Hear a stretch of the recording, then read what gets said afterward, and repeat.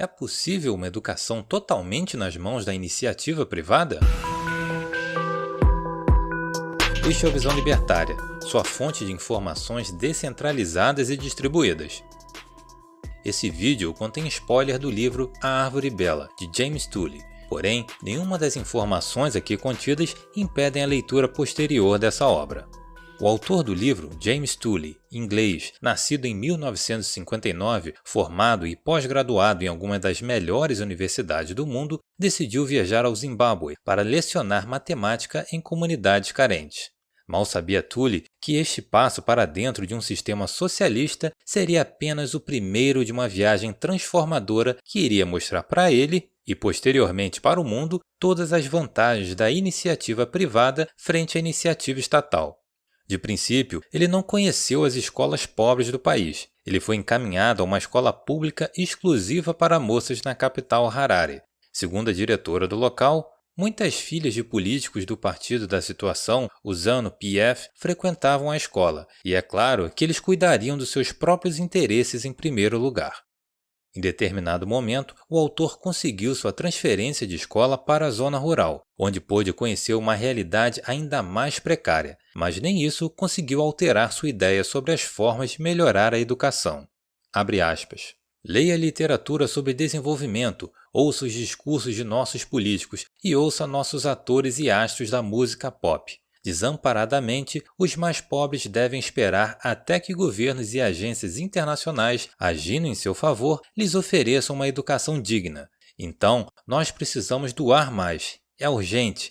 Ação, não palavras. Era tudo que eu acreditava durante meus primeiros anos no Zimbábue. Fecha aspas.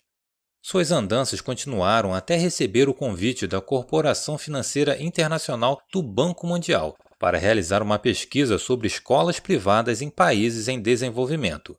Tully começou a desconfiar da relevância da pesquisa para os pobres, pois tal estudo se concentrava em escolas e universidades de elite, enquanto nosso herói passeava de primeira classe e se hospedava em hotéis de 5 estrelas. Durante sua estadia na Índia, ele resolveu conhecer os lugares mais pobres da região. Caminhando por vielas onde seu motorista não podia lhe levar, Tully encontrou vários letreiros de escolas, todas fechadas devido ao feriado do dia, até que se deparou com a escola de gramática Royal e seu dono, Fazlur Rahman Kurum, que não lhe apresentou apenas a sua escola privada para pobres, mas toda uma rede de escolas com mais de 500 integrantes e da qual ele era presidente, e que prestavam o mesmo serviço naquela favela abandonada pelo Leviatã.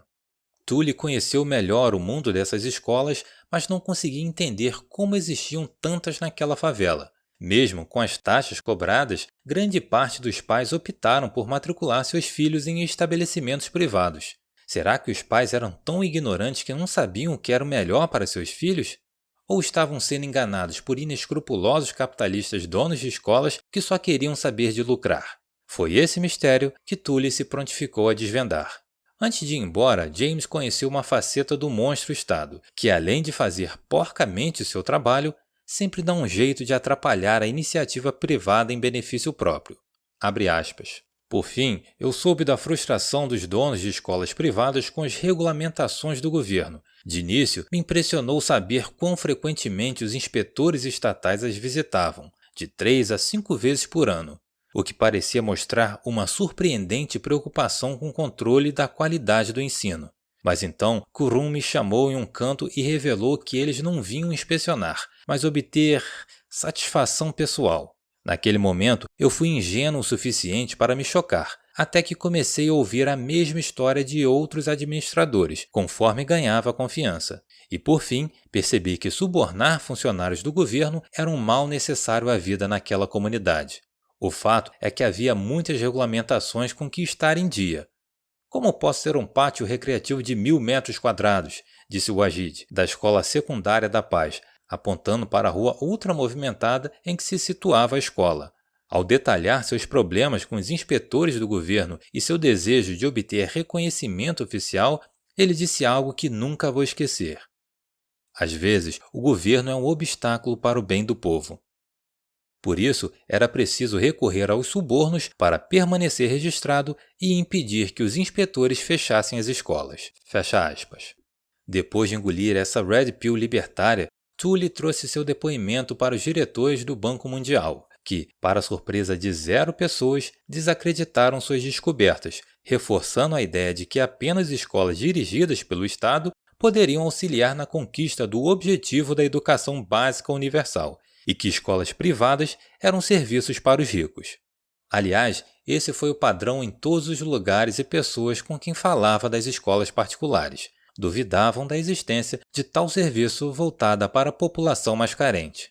Numa conversa franca após essa reunião, Sajida Bashir, uma das diretoras do banco, deu um show de declarações esquerdosas que se referiam às escolas privadas. Abre aspas. A maioria delas é um desastre. Há uma desastrosa rotatividade de professores que não são capacitados nem comprometidos, e os proprietários sabem que podem simplesmente contratar outros, pois há uma longa lista de pessoas desempregadas à espera. Todos os educadores, 100%, acreditam que o que essas escolas privadas de baixo custo fazem é indefensável diante da teoria educacional moderna. O aprendizado mecânico, a superficialidade, eles são apenas falsos professores aproveitando-se dos pobres. Fecha aspas. Existe algo mais esquerdoso do que isso? O encontro serviu ao menos para James descobrir que já existia literatura que tratava do tema. Ainda sem espanto, encontrou trabalhos sobre o assunto, mas todos os autores que mencionavam o ensino privado convenientemente esqueciam de colocar esse tipo de ensino como um modo viável para alcançar a educação para todos.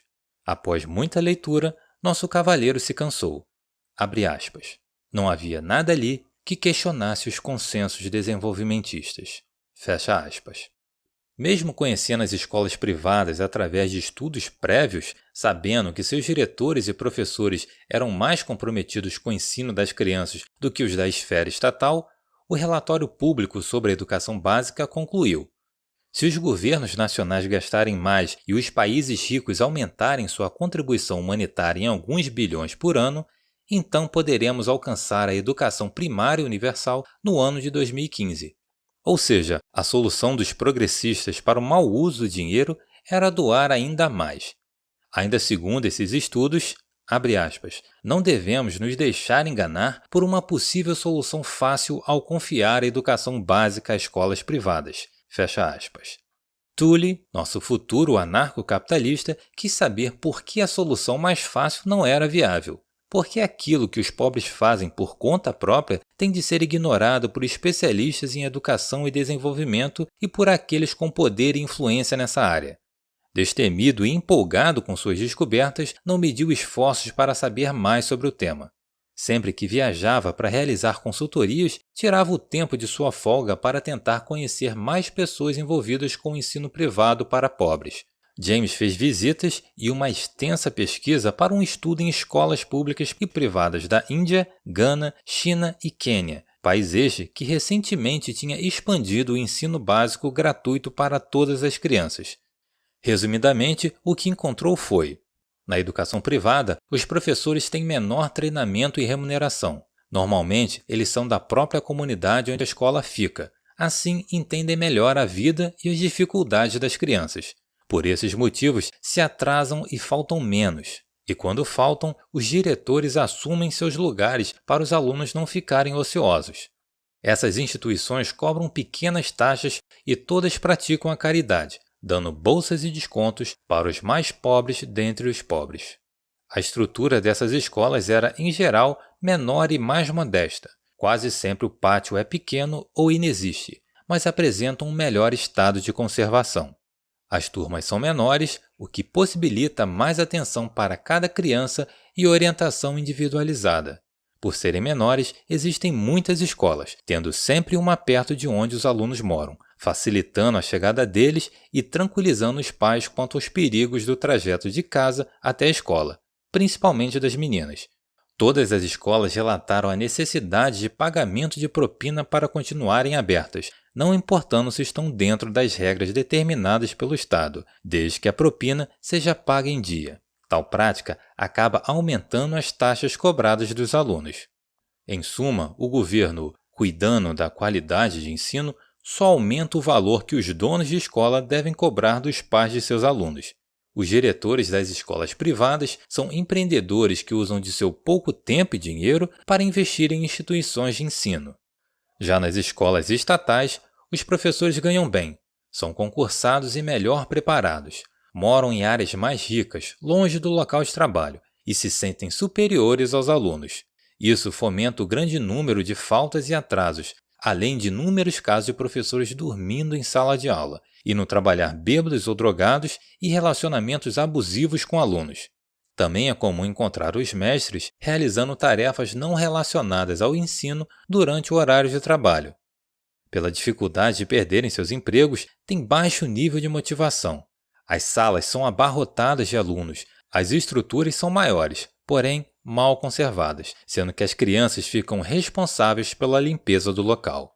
Quanto às grandes diferenças salariais, nosso autor do livro argumenta, abre aspas, talvez os especialistas em desenvolvimento digam, os salários podem não levar a um melhor desempenho, mas, evidentemente, os proprietários de escolas privadas estão explorando seus funcionários ao pagarem muito menos do que recebem os professores de escolas públicas. Isso, porém, não se confirmava em conversas com os administradores escolares. Pelo contrário, parecia haver uma considerável reserva de pessoas desempregadas dispostas a satisfazer a demanda por esse tipo de emprego. Ao invés de condenar as escolas privadas, os especialistas poderiam considerar o fato de que elas estão oferecendo um serviço público útil ao empregar milhares de graduados nos níveis médio e superior, em países onde o desemprego é um problema gigantesco entre esses grupos. E, na verdade, os salários muito menores pagos pelas escolas privadas provavelmente indicam que quem está pagando salários altos demais aos seus professores são as escolas públicas. Fecha aspas. Outra diferença entre as duas escolas é quando pais e alunos estão descontentes com o serviço prestado. Em uma escola privada, os pais reclamam com o diretor, e se este não resolve o problema, os pais devem apenas remover o filho dessa e matricular em outra.